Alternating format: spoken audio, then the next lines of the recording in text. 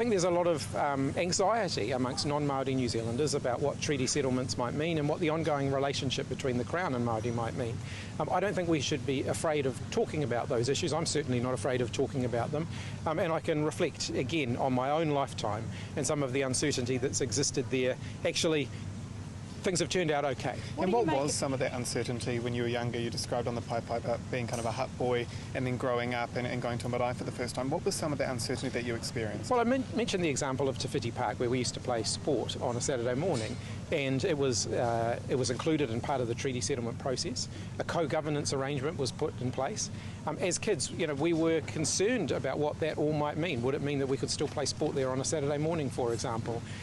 In reality, more kids play there on a Saturday morning than ever have before, and the facilities are better maintained than they ever have been before. So I just think sometimes there's a little bit of fear and apprehension of the unknown, and actually when we get to it, it's okay. What do you make of Christopher Luxon's characterisation of the signing of the treaty as a little experiment?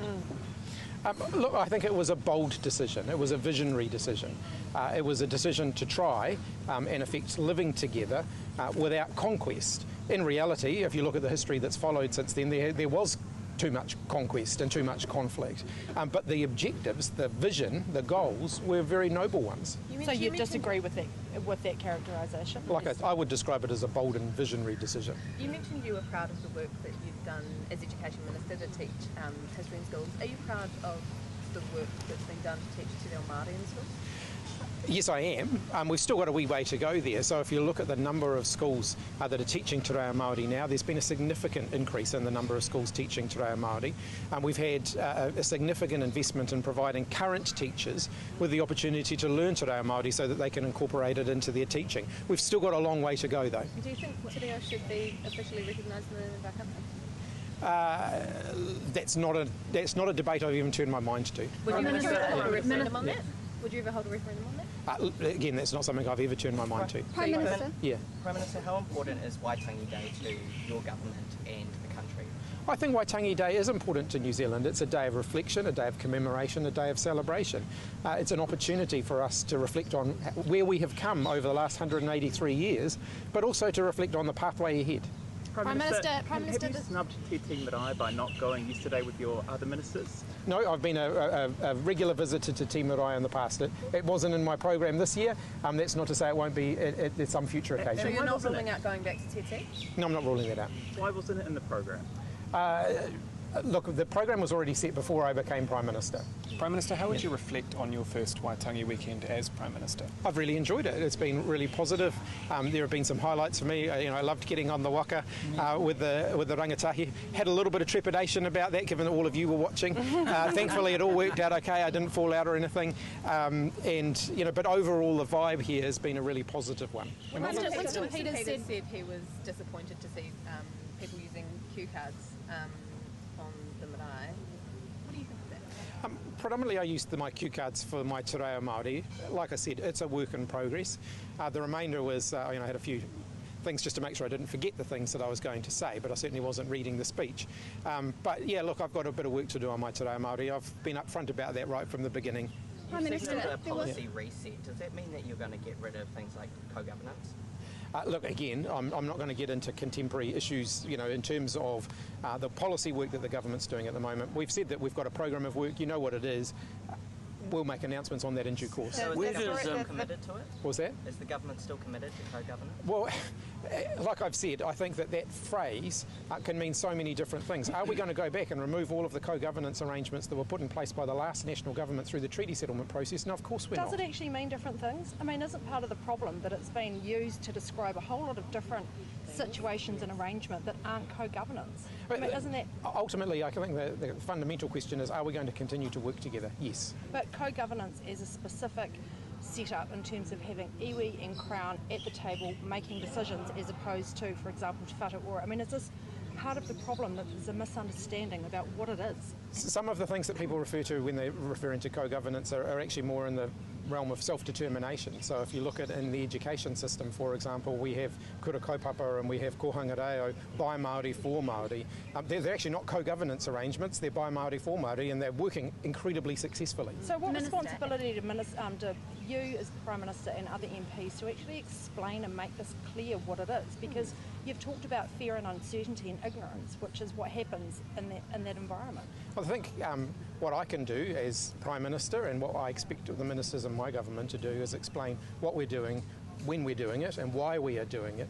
Those who seek to create confusion really should just reflect on whether that's actually helpful. Is what you said today in your speech, the fear and uncertainty stuff that Jane's referred to, is that, I guess, your way now of trying to add to the co-governance debate and explain, I guess, that it's not what everyone makes it out to be? Like, is this your new way of selling it to people? Oh, look, we'll talk more about co-governance in the future, absolutely, but it's working together, and the Crown should continue to work together with Māori. But do you think that New Zealanders feel the same things about when they think about co-governance, and so this is a way, I guess, of you trying to explain to people that you shouldn't? The vast bulk of New Zealanders don't know what we're talking about when we talk about co-governance. What is the current status of Hei Purpur?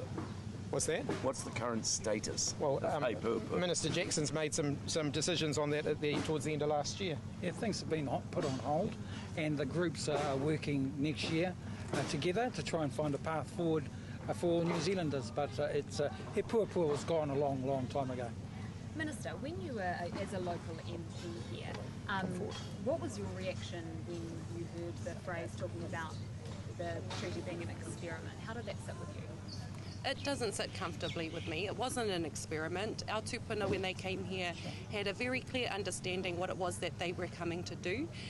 They wanted to work with Pākehā who were here to establish a nation for all of us, respecting one another and working together, as the Prime Minister has said. It was a bold decision by all parties, and it's about honouring it. Did those tupuna cede sovereignty? What was the question? Did those tupuna cede sovereignty as we look to Did they cede sovereignty? Did they cede sovereignty? According to Ngāpuhi, no. Sorry. I'll let Kelvin. I'm going to have to dash, so I'll let Kelvin finish up. Yeah. Can I ask? Sorry. No. We do have to be at the Māori Wardens, but look, according to the Ngāpuhi position is that they didn't cede sovereignty. The government's still working through that. What does that mean? What are the implications? Do you think Waitangi Tribunal recommendations should be binding? I think that it's important that we work through the recommendations and see what the outcomes are going to be. I'm sorry, I do have to shoot off. What do you think the official name of the country should be? Oh, look, I'm comfortable with Aotearoa. It is New Zealand at the moment. It's a discussion that we need to have. Do we need to have Te Reo represented in our name? In our name? Oh, do we need to? The answer is no, but, I think should we? And I think the answer is yes. We're going to miss our ride. Sorry. Thank you, Minister.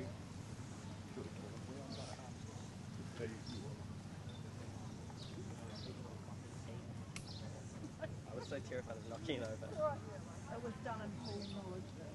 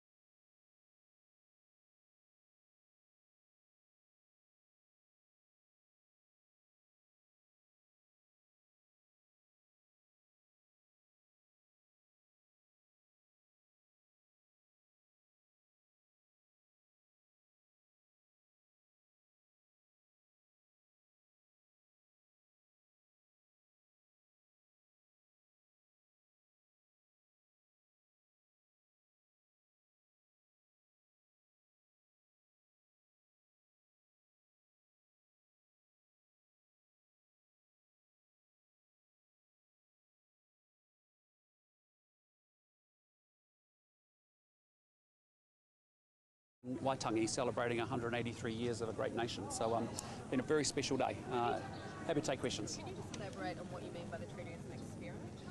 What I meant is New Zealand's been an experiment, like every country, that we actually start off as in this place, birthplace of a nation, and we start off with great ambition and we go on a journey together over the 183 years, and we've built a country that we should be incredibly proud about, that now out in the 21st century can do amazing things, and it's all because who started because of some conversations to agree to work together in partnership and to build a country where actually all New Zealanders can do really well. Are you comfortable speaking about Q cards? Yes, absolutely. Yep, absolutely. So today was a really great day to be able to come, but I also wanted to be quite precise about what I wanted to say as well. Do you think it risks belittling the treaty or the significance of the signing of the treaty by using that language? I didn't mean it in that way. What I was talking about is quite often when you think about nations around the world, and there's 195 of them and 7.8 billion people, each country has its own unique story, and I think we should be incredibly proud about New Zealand. We have one of the oldest, longest serving democracies. We've taken the best from both worlds to actually build and fashion a country here that we're incredibly proud about, and we now sit in the 21st century able to go forward because of that strong foundation. Those are things I don't see in other countries, around the world, and so that's something to be very proud about and very special about. 2030, is that too ambitious in terms of full and final treaty settlements? Well, for those iwi that want to settle, I think it's important that we actually do put a deadline in place because we want some urgency from the government side. If you think about the work that Chris Finlayson did with 59 treaties in 9 years, I think actually having a target to shoot for is actually really important to make sure that we get in together and we actually do the work together. What about iwi like Ngāpuhi? That may take some time. That is not a straightforward proposition. So sure, and as I said today... Do you leave iwi out if they're not willing or they're not in there by 2030? I mean, where does that... Yeah, as I said today, what we're talking about was iwi that are willing to settle. We want to be able to make sure that we can push towards a 2030 deadline because I think that's a good thing. It'll be 35 years or so since we've been doing treaty settlements. It's a good time to set a goal and set a target. It also means in government that you put priority and resources to actually go deal with it. Of full and final, isn't that a bit disingenuous because it won't be full and final if all iwi aren't included and settled by 2030? What I mean by that, when I was talking about treaty settlements being full and final, that's what they are. They are there to settle claims as full and final. They're not there to be reopened once they're open. The key thing not is... the whole process. Individual treaty settlements are full and final. And what I'd say by that is that doesn't. I'm not saying we're now then carrying on with the relationship and the partnership to continue to work out how we continue to take the country forward.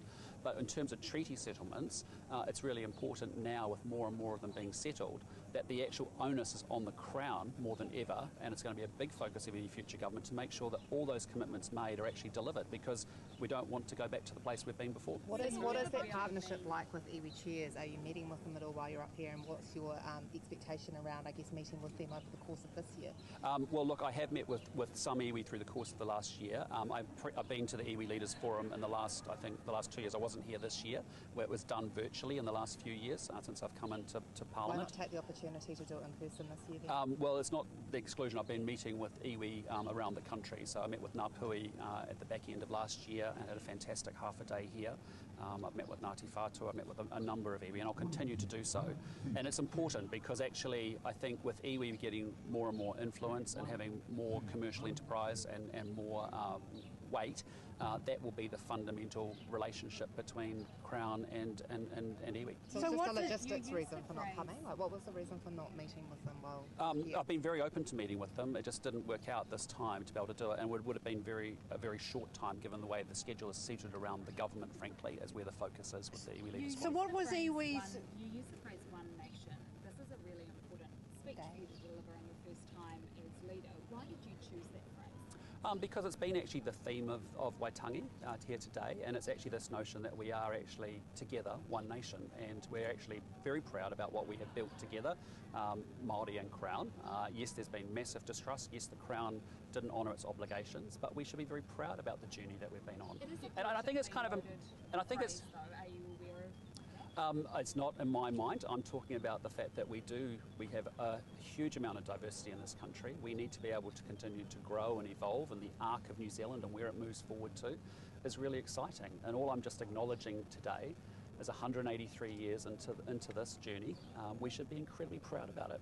When you think about other countries around the world and you think about what we have got so many things right, yes, the Crown didn't hold up to its obligations under the treaty, but we've had a genuine best endeavours, generosity of spirit to actually go through that exercise as a country, and all New Zealanders should feel very proud about it.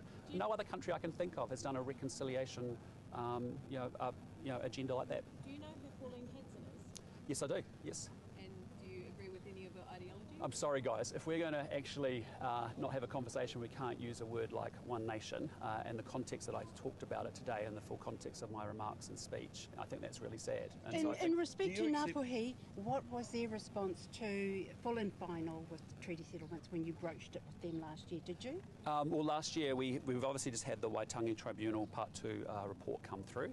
There's a lot there to digest. All I've been very clear is that when Ngāpuhi is ready, a national government that has a fantastic track record in treaty settlements is willing to negotiate and work with Ngāpuhi to... So actually you don't know what the other iwi are saying when it comes to the full and final? You don't know what they're saying or what they're thinking? No, all I'm saying to you is, look, treaty settlements by definition come to an end, right? We either, we work with iwi, we've worked with many of them, we've got a few more to, if you think about the work that's happened over the last, 35 years, we should be incredibly proud about that.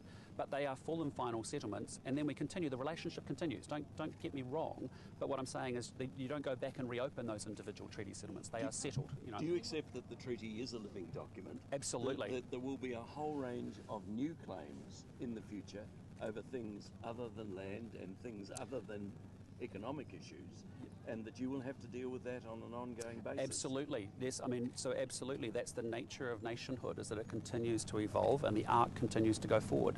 And yes, the nature in a post-settlements world of actually the relationship between Māori and Crown, there'll be a whole bunch of new issues for us to work through and to think through. And so, and that will continue to evolve, as it did 50 years into this nation, as it did 100 years, 150 years, and now 183 years in. Yeah, but that all will be within the context of the Waitangi Tribunal and Waitangi settlements, won't it? Well, as I said, that's what we're going to continue to do, is make sure that we actually close out the remaining settlements for iwi that want to settle. It's really important we do. Secondarily, make sure that the Crown really honours its obligations and makes the commitments that it's made, and it upholds them really strongly. That's going to be a very big focus for any future government, so we don't have any further breaches by the Crown with respect to settlements. And then there'll be new issues for us to continue to work together on in order to deliver improved outcomes for Māori and non-Māori, and to deepen the relationship that we've had. So I'm just trying to paint a picture of, something special happened here on the 6th of February, 1840, and over that 183 years we have built a very, very special country, and we will continue to go forward together, and we should be very, very proud about what we've done, because we've done a lot of good things, we've done a lot of things right. What do you think the official name of that very special country should be? Personally, I use Aotearoa New Zealand inside New Zealand. I think when we're offshore overseas, it's really difficult in a world of 7.8 billion people in 195 countries. I think New Zealand is the country in the name that we use overseas. So you would be happy with us changing officially to Aotearoa New Zealand? No, I tend to use New Zealand or Aotearoa New Zealand when I'm in New Zealand, and I use New Zealand overseas because it's a country. I'm not asking what you use. I'm asking what the official name should be. That's a decision ultimately for the people of New Zealand. It would need to go to a referendum, and it's something that they should determine that. But at this point, I don't see there's huge appetite for change. People are using it informally. Aotearoa New Zealand. They should feel free to do so. What is your view on Part 2 of the Waitangi Tribunal report on Ngāpuhi Part 2? You said you've had a look on it. What's your view, and especially around sovereignty here? Yeah, well, what I'm saying is that's only just come through. It's a large report. It requires some digesting from both the Crown and also from Ngāpuhi themselves. Everybody, the Waitangi National Trust had said the attention is over there, yes, and the media should be there, not here. Okay, we'll wrap it up. Clear about that. Awesome. All right, take one more question. We're done? Can I have a quick question for Shane?